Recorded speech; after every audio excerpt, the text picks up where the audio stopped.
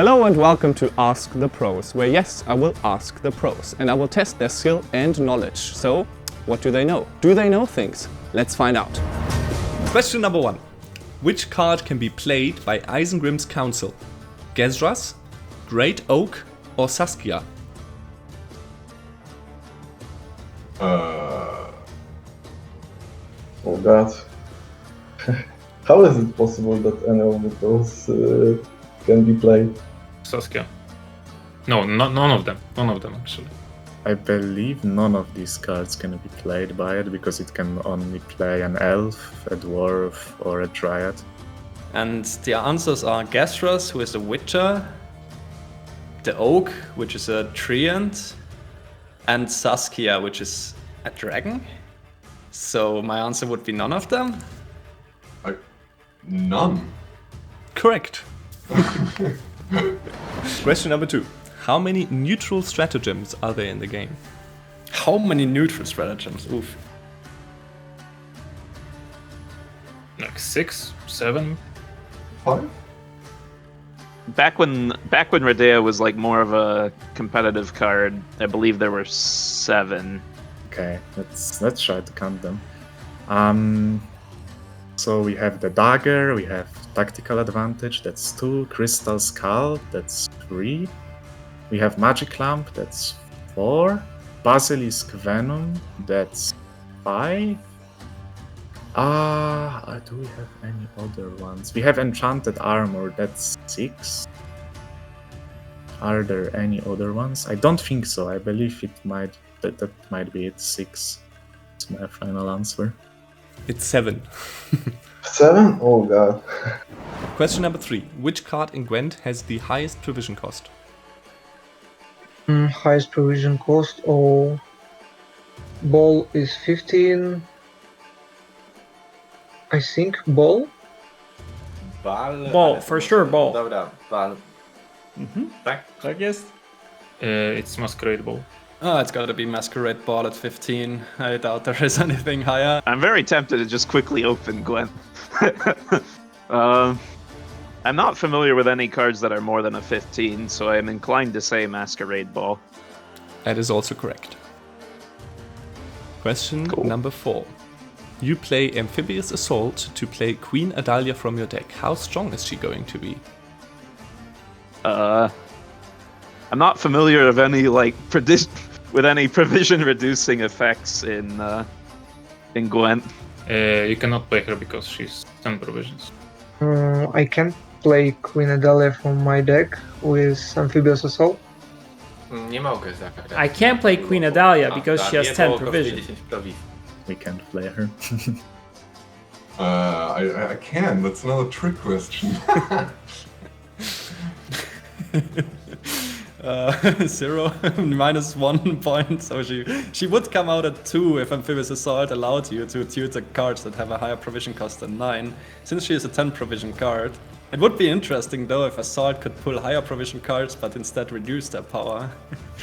But it would be probably too strong because it's already a very strong card. Question number 5. In the current journey, who is telling the story of Yennefer? I have no idea. Some character from the Gwent universe. I have no idea. Oh, I don't know that one. I have to say I'm not checking the lore that often, so I actually don't know.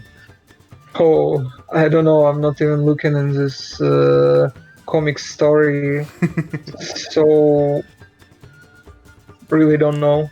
Oh, actually, this is the first journey that I skipped out on. Like, I got and read all the previous journeys, but this one I skipped, so I cannot answer that one. I have no clue. In the current journey... Okay, I'll be honest, I haven't looked at the journey. Kurde, i teraz... Damn, so I'll guess this one is Corinne Tilly, the Oranomancer. Nimue. Correct. You're the first one to get that right. Tak, dobra. I should have just said that she is an Oranomancer. Question number 6. Which crone has only one card named after her? It's... Weavess, Brewess, or WHISPESS? BREWESS, right? Because the other card's now Ritual Sacrifice. BREWESS. No, not BREWESS. Oh my god. Which one was it? Okay, it's BREWESS. Wait, give me a moment. I have to think. It's BREWESS, right? WHISPESS. WEAVESS has the Death Wish card and the Tutor card. Oh no, actually there's WHISPESS Tribute. So it's BREWESS. I think BREWESS doesn't have one.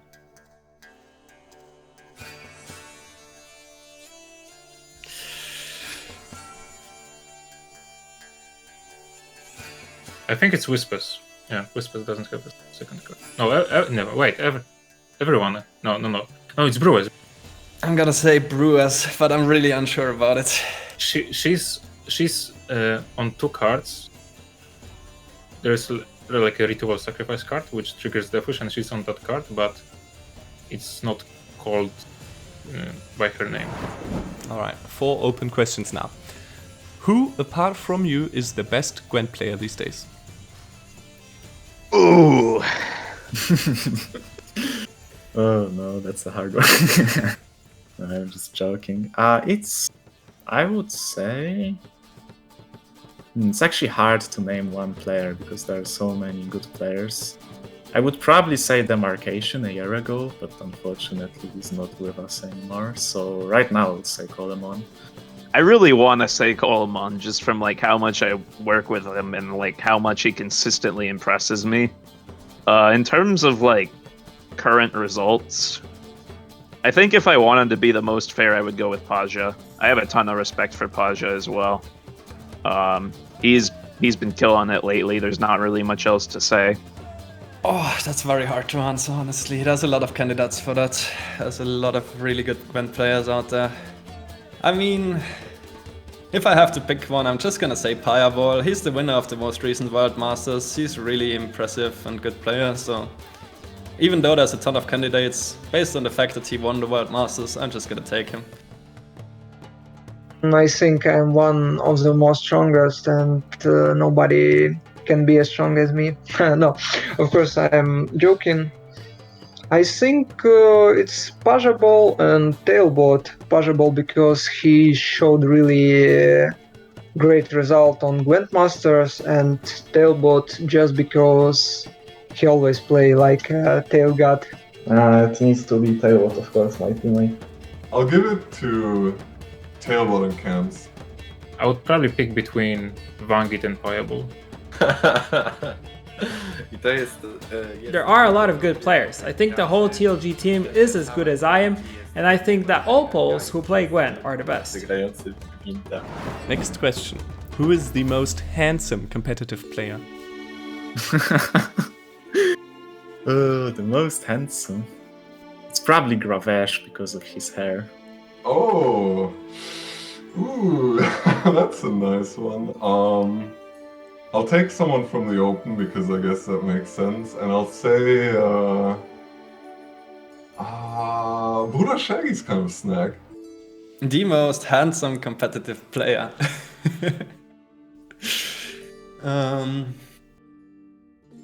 I mean, the easy answer is just Tailbot, right? It's probably just Tailbot, a handsome devil that he is. I mean, other than me, it's probably Tailbot. Of course, Tailbot. Apart from me, then Tailbot probably again. Hopefully my chat is not gonna produce even more bromance copy pasta about Tailbot and me, but you know what, I'm not even gonna complain if it happens. Cams 134. So I'm going with myself. Who is the most friendly or helpful member of the Gwent community?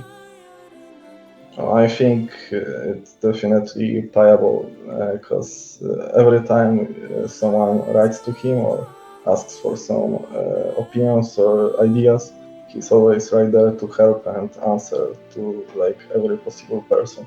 The most friendly, I think I have to name Kuner here, who is always my screen partner and definitely helped me a lot in winning Masters and Open last time, so I would definitely say CUNER here. I think it's hard question because there is a lot of good personalities in GWENT community, so it's really a long list of players. Myślę, że tutaj Here I would like to mention two players, Payable and Shaggy. Both are great people and I would choose at least one of them. Wow, that's a tough one again because the GWENT community is just really wholesome and really open and really helpful, so it's really hard to pick just one there again. I might have to go with Wilson here because Wilson recently actually left Team Aretusa to start his own project where he basically is trying to provide a place for GWENT players who want to improve and like just have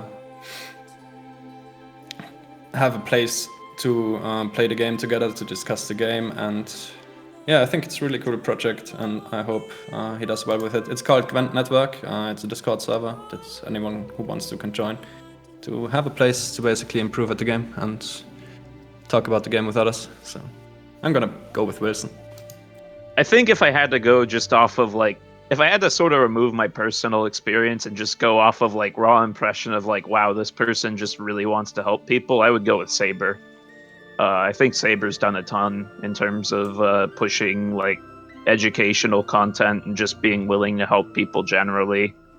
He's got a much more stable attitude than I do, even though that was sort of one of my goals as well for quite a while. And I really respect that. There's no most, because honestly, I haven't met anyone that's not super friendly and helpful in the community. So I'm going with myself. And one final question. Is there a player that deserves to make it to an Open that we should know about, that maybe hasn't qualified yet? There are a few players. I would name two people from my team, CUNER and Spivey, also known as Dark Kevin now. I think they really deserve to qualify to a tournament. Spivey was really close last time. He lost in the final to Bard, but yeah, I'm pretty sure they can both make it at some point. There's a bunch of them, I would say. I think the one that comes to mind first is definitely Spivey, aka Dark Kevin. I feel like people deserve to make it to an Open when they make it to an Open. So I guess I'll just use this as an opportunity to shout out Driftbling, just because Driftbling I think has gone like very out of his way to say that he's not a competitive player, just has like no aspirations on that front. But for someone who keeps reminding me about how he's not a competitive player, he's been really helpful for prep and just a good guy to have around in general. I think it's my good GWENT friend, his game nickname Chase. Many players from top of the ladder know him well, and he got to top 60, top 64 a lot of times, and every time he was unsuccessful in it because bad luck is really following him for all of his GWENT career.